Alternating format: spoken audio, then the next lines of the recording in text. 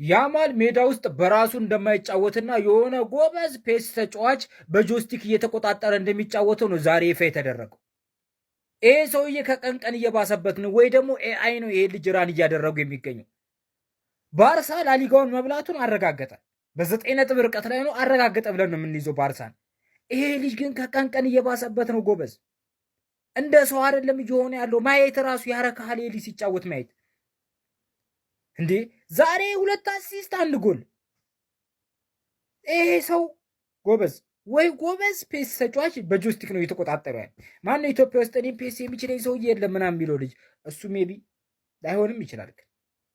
እንዴ አይ ጋይስ ላሚን ያማል ምንድነው እያደረገ ያለው? አሬ 18 ዓመቱ አይደለም ጋይስ፣ የምሬን ነው። ከሳምንት ማስገረም አይሰለቸውም እንዴ? ባርሴሎና ከሪያል ማድሪድ ጋር ያለውን የነጥብ ልዩነት ወደ 9 ነጥብ ማስፋት በቻለበት ጨዋታ ኢስፓኞልን 4-1 ማሸነፍ በቻለበት ጨዋታ ላይ 2 አሲስት እንዲሁም ደግሞ 1 ጎል በስሙ ማስመዝገብ ችሎ ነበር። ሁለተኛው አሲስቱ በተለይ ለፈራን ቶሪዝ ያደረገለት በጣም የሚገርም ትሪቬላ አሲስት ነበር። ፈራንም የጨረሰበት መንገድ በጣም ግሩም ነበረ። የመጨረሻው ማርከስ ራሽፎርድ በዚህ ጨዋታ ላይ አራተኛውን ጎል ሲያስቆጥር ራሱ ያደረገው አሲስት በጣም ግሩም ነበር። ዲዮንግ አልተጠቀመው ነበር። ከዛ በኋላ ነበር መልሶ ለራሽፎርድ አሲስት አድርጎ ጎል የተቆጠረው ማለት ነው። ብቻ የሚገርም ፐርፎርማንስ ነበረው።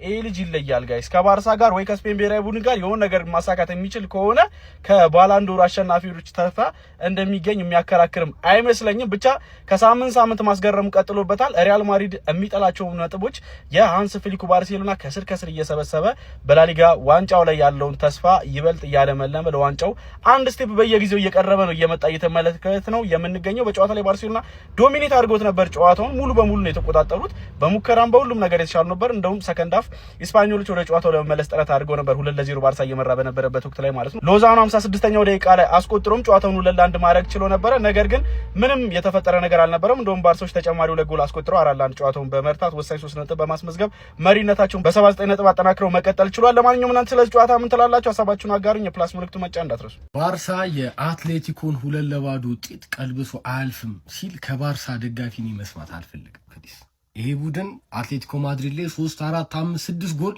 ማስቆጠር አይችልም የሚል ነገር ከባርሳ ደጋፊ በጭራሽ መስማት አልፈልግም ፕሊስ።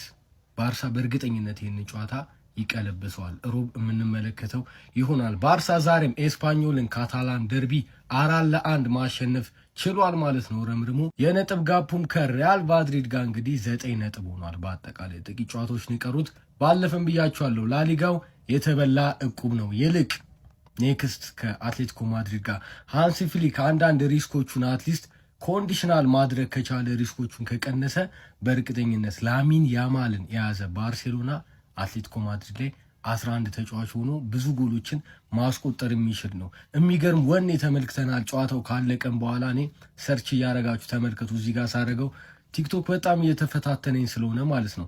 የሚገርም ሞራል የተመለከት ነው። በዛ ሞራል ገብተው በእርግጠኝነት እኔ እንዳልኳቸው አራሁ ደግሞ የኔም ድርሻ አለ ብሎ በቀይ አይውጣ እንጂ በእርግጠኝነት ይህ ጨዋታ ይቀለበሳል።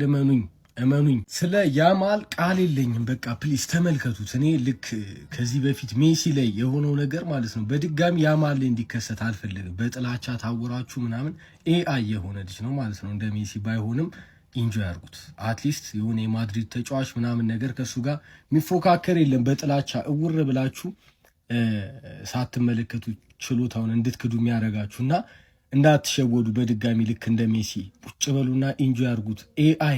ኤአይ የሆነ ልጅ ነው። በጣም ለመግለጽ ቃል እኔ ያጥረኛል ያማልን ማለት ነው። ሁለተኛ ደግሞ ራሱን እያሻሻለ ከጌም እየባሰበት እየመጣ ያለው እድሜው ላይ 1 ዓመት በጨመረው ቁጥር እየባሰበት እየመጣ ያለው ነገር ላይክ እኔ በጣም እያስገረመኝ ያለው እሱ ነው። ትንሽ ፊኒሺንግ ላይ ነው፣ ክሊኒካል አይደለም። ፊኒሺንጉን ደግሞ እድሜው በጨመረ ቁጥር እኔ አሮች በጣም ከባድ ሰው። ፕሊስ ኢንጆይ አድርጉት። ይመቻችሁ። ቪስካ ባርሳ፣ ቪስካ ካታሉኒያ። አረ በስመ አብ የምር እኔ ግን በቃ እሺ ሰለቸኝ እኮ የምሬ ነው። ለዚህ እንቁ አሁን እሺ ላሚን በስንት ዳይመንድ በስንት እንቁ ነው ሊመነዘር የሚችለው? እስኪ ኮሜንት ሴክሽን ላይ ጻፉልኝ። እኔ መሮኛል እየመጣው በየሳምንቱ ለአንተ ቪዲዮ መስራት ምን አይነት ታምር ነው? እሺ ዛሬ ሲያስመለከተን ይኸውላችሁ 2 አሲስት አድርጎ 1 ጎል አስቆጠረ። በጨዋታው ሲገዳድላቸው ነበር። አይ ዶንት ኖ እኔ የሚቀጥሉትን አመታቶች ይኸውላችሁ መቶ የላሊጋ ጨዋታ በዚህ እድሜው ማድረግ ራሱ የቻለ ተጫዋች ሆኗል እና የሚቀጥሉትን አመታቶች ሳስብ ላሚን ያማል በእርግጠኝነት በዚህ ወቅት በዚህ ሁኔታ በዚህ ብቃት የሚቀጥል ከሆነ ዋይ ኖት በቃ ኢዝ ዋን ኦፍ ዘ ቤስት። ምናልባት በዚህ አቋም የሚቀጥል ከሆነ ኮንሲስተንሲ ካለው አሁን ላይ በጣም የጨዋታ ጫናዎች በዚህ እድሜ 100 ጨዋታ ማድረግ በጣም ሲሪየስ ነው ጋይስ። ላሊጋ ላይ 100 ጨዋታ ማድረግ ቀላል አይደለም፣ በጣም ሲሪየስ ነው። እኔ ሜቢ ለኬሪየሩ የሚፈራለት በዚህ እድሜ በጣም የውላ ጨዋታ ማድረግ የሚቀጥሉት አመታቶቹን በጉዳት እንዳይታመስ ወይ ደግሞ የአቋም መውረድ እንዳያጋጥመው ፈራለታለሁ። ግን ይሄ አቋም ከቀጠለ እኮ ማለት ነው ይሄ ብቃት ከቀጠለ ለዓለም ያሰጋ ለዓለም ደግሞ እግር ኳስ የሚቀጥሉትን አመታቶች በነፃ የሚያምር ድንቅ ውብ ቲያትር እንደመመልከት ነው ላሚንን ማየት። የምሬን የምላችሁ በቃ ያስደስታል። አንጀት አረስ የሆነ ሰው ነው። እኔ ሌላ ምንም አልልም። ከሳምንት ደግሞ አያሰለቸኝ ይመጣል እና ትክክለኛ የካታላን ደግሞ ወኔ ማይበት እሱ ላይ ነው ጋይስ። ይኸውላችሁ በቃ የሆነ ተስፋ እንድንቆርጥ አይፈልግም። በሆነ ሞመንቶች ውስጥ አሁን ባለፈው አይታችኋል አይደል? አላለቀም ብሎናል የአትሌቲኮ ማድሪዱ ጨዋታ። እኔ አልቋል ብዬ ነው ማስበው በግሌ፣ ግን እሱ አላለቀም ብሏል። እሱ ላይ ተማመናለሁ። በቃ ብቻውን የሆነ ነገር መፍጠር የሚችል ሰው ነው የምር። በ18 ዓመቱ ይመቸኛል ያማል። በቃ ኮመንት ሴክሽን ላይ ጻፉልኝ ስለ ያማል። ኮፒ ሊንክ ሪፖስት ይደረግ። ይመቸ ያማል። ላሚን ይችላል። ሌላ ምን ይባላል ጋይስ? ይሄ የባላንዶር ሲዝን ነው የሚመስለው። ከቡድኑ ባርሴሎና ጋር ዘንድሮ የላሊጋውን በተለይም ደግሞ የቻምፒየንስ ሊግን ዋንጫ የሚያሳካ ከሆነ ይሄ የባላንዶር ሲዝን ነው ብሎ አፍን ሞልቶ ለመናገር የሚያስደፍር ብቃት ነው እያሳየ የሚገኘው። ከሳምንት ከጨዋታ በሁሉም ውድድር ከየትኛውም ተጋጣሚ ጋር ድንቅ ብቃቱን መልሶ ደጋግሞ ማሳየት የማይሰለቸው ባለ ድንቅ ተሰጥኦ እግር ኳስን የበለጠ ጣፋጭ የሚያደርግልን ማራኪ ተጫዋች ማለት ላሚን ያማል ነው። በዛሬ ጨዋታ ላይ 2 አሲስቶችን አድርጎ 1 ጎል አስቆጥሮ የጨዋታው ኮከብ ተብሎ እንግዲህ ባርሴሎና ደርቢውን ኤስፓኞልን 4-1 አሸንፎ ረምርሞ በላሊጋው ከተከታዩ ሪያል ማድሪድ ያለውን የነጥብ ልዩነት ወደ 9 ማስፋት ችሏል። 7 ጨዋታዎች ብቻ በቀሩት ላሊጋ እንግዲህ ባርሴሎና የዋንጫውን አንደኛውን ጆሮ ይዟል ብሎ መናገር ምንችልበት ደረጃ ላይ የደረስን ይመስለኛል። 4ኛውንና ቀሪውን ጎል ደግሞ ማርከስ ራሽፎርድ ለባርሴሎና አስቆጥሮ ባርሴሎና 4-1 ድል አድርጓል። ስለ ላሚን ያማል አስደናቂ ብቃትና ስለ ባርሴሎና ውድ የሆነ 3 ነጥብ ምን ትላላችሁ? ሀሳብ አስተያየታችሁን ኮሜንት ሴክሽን ላይ አጋሩኝ። ሜዳ ስፖርትን ፎሎ ማድረግ እንዳትረሱ። አረ ልክ አይደለም ጎበዝ፣ አረ ልክ አይደለም ነው የምልህ። 7 ጨዋታዎች እየቀሩ ማለት ቀብድ ተቀበለ ባርሳ ላሊጋው ላይ ጨርሻለሁ አለ። አራዳ ልጆች ተሳስቶ ነው መሰለኝ። ቻምፒዮንስ ሊጉ ላይ እኮ ከአትሌቲኮ ጋር ነው 4 ማግባት ያለብህ ያሉት አለ። እዛ ደርሳለሁ አሁን እዚህ ጋር ልጨነቃል። አንተ ምንም ነው ማራራዋል። አንተ ብሊክ የምቀልደው ነገር የለም። ላሊጋዋን ይዤ ነው ብልጥ ያዘውን ይዞ ነው የሚያለቅሰው ነው ጨዋታው። ያራዳ ልጆች ሌላ ነገር የለውም። 4 አዝንበው ማድሪድ ሲጠብቅ ነበር አሉ። ጥጉን ይዞም ሲመለከት የነበረ ተገዛው ተመለስ ብለው አሉ። ገና 7 ጨዋታ እየቀረ ቀብድ ግማሽ ተቀብሏል። ያራዳ ልጆች ማለት ነው። ምንም ጥያቄ በሌለው መልኩ ባርሳ እንግዲህ ምን ይፈጠራል ቀጣይ አብረን ምን ይሆናል ከአትሌቲኮ ጋር። ግን አሁን ላሊጋው ላይ ራሱን በቃ እያመቻቸ እያረጋገጠ ዳንስ ሁሉ እየተለማመዱ ነው አሉ። ለማንኛውም ሀሳብ አስተያየት እናንተ ነው። ሼር ኮፒ ሊንክ ይደረግ። ይመቻችሁ። አረ ባርሳ ትላንት ምን ብዬ ነበር? የሪያል ማድሪድ ነጥብ መጣልንም ይጠቀመዋል አላልኳችሁም? ይሄው ስፓኞላን 4-1 ቅጥቅጥን ያደረገው ላሚን ያማል አይነት ሰው ነህ። እኔ ስለአንተ መዘመር ይከብደኛል። ከምር ነው ምላችሁ፣ ቃላት የለኝም ለዚህ ተጫዋች። እንዴት የምትችለው በእናትህ። ፈርናንዶ ቶሬስ 2 ጎል አስቆጥሯል። እሱ ራሱ ዛሬ ልዩ ነበር። ራሽፎርድ የቀድሞ የዛኛው ቤት ተጫዋች እዚህ መጥቶ ልዩ ነው እኮ ነው። በስመ አብ እንዴት አባቱ የሚያምር ጨዋታ ነበር። ባርሳ ከስፓኞላ ራሱ ማለት ነው ገረፍ እያረኩ ነበር ለማየት የሞከርኩት። የሚገርም ጨዋታ ነበር። ባርሳ ቀጣይ ራሱ እኔ እንጃ እንቅጥቅጥ ነው የሚያደርገው ይመስለኝ። አይ ቲንክ አትሌቲኮ መሰለኝ። ቃላት የለኝም ለዚህ ክለብ። ዋው ባርሳ ለቫይቡ ነው። ኤኒዌይስ ለቫይቡ ነው። ስለዛ ብዙ አታካብዱ። እንደጠበቅነው ነው። ባርሴሎና ካታላን ደርቢው ማሸነፍ ችሏል። 16ኛ በሜዳቸው የሚያሸንፉት ጨዋታ ይሆናል ማለት ነው።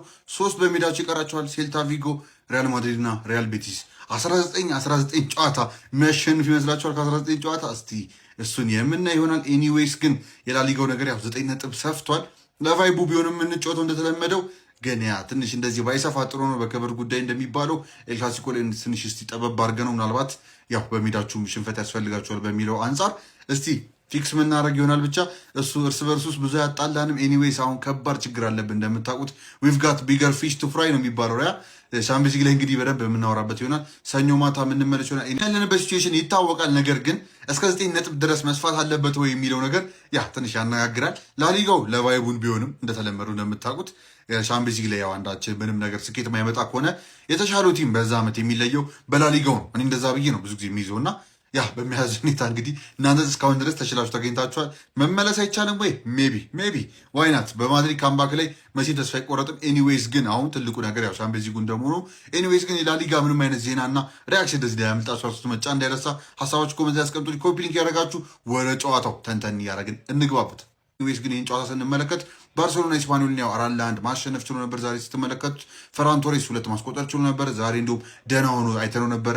የመሳትም ጉዳይ የለም፣ ምንም የለም። በቦታው ተገኝቶ አጨራረሱም አሪፍ የነበረበት መንገድ ነበር። ፈራን ቶሬስ እንደምታውቁት ጃንዋሪ ነው መጨረሻ ጊዜ ማስቆጠር የቻለውና ኦልሞስት 3 ወር ሆኖታል እና ድራውት ውስጥ ነበር ቤዚክሊ እና ያ በጣም አስፈላጊ ጎል ለፈራን ቶሬስ ራሱ 2 ጎሎች ላሚን ያማልን በከባዱ ደርቶት ነበር ሲጫወበት ሙዚቃ ታዩታላችሁ እንደምታስተካከፉ።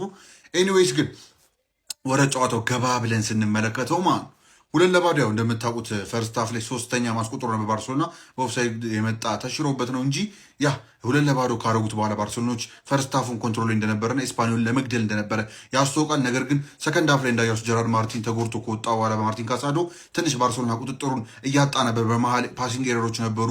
በላሚን ያማል በዣኦ ካንሴሎ ራሱ ተቀይሮ ገባ በኋላ በተደጋጋሚ የማይጠበቅ ከነ ፔድሪውላ አንዳንዴ ሰዓቱ ታዩታላችሁና ዛሬ ትንሽ አይገስ ምናልባት ከፎከስ አንጻር ዝቅ ብሎ ነበረ።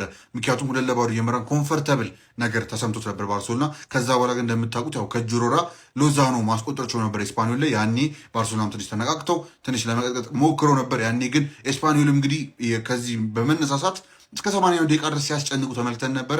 84ኛው ላይ ግን ሃንሲ ፍሊክም ይሄን ካየ በኋላ እስቲ አንድ ጎል ድንገት እንድገም በሚለው ፍራንኪ ዲዮንግ እንደምታውቁት መመለሱ ተከትሎ መግባት ችሎ ነበረ። ፍራንኪ ዲዮንግ እንደገባ ደግሞ ሙሉ ለሙሉ ባርሴሎና መልሶ ጨዋታ ቁጥጥሩን ከያዘ በኋላ ላሚን ያማል ፕሬስ ባረጋት ኳስ በረኛውን ተቀብሎ ሲያገባ አይተን ነበር። ከዛ ባርሴሎና እፎይ ካለ በኋላ ማለት ነው 4ኛው ጎል ደግሞ የራሽፎርድ ያስቆጠራት ጎል ላሚን ያማል በሚገርም ሁኔታ የሰነጠቀለትን መንገድ ፍራንኪ ዲዮንግ ኳሱን ከያዘው በኋላ ወደ ግራ ወደ ቀኝ ብሎ አስጨፍሯቸው ዲንክ ያደረጋትን ኳስ ማለት ነው።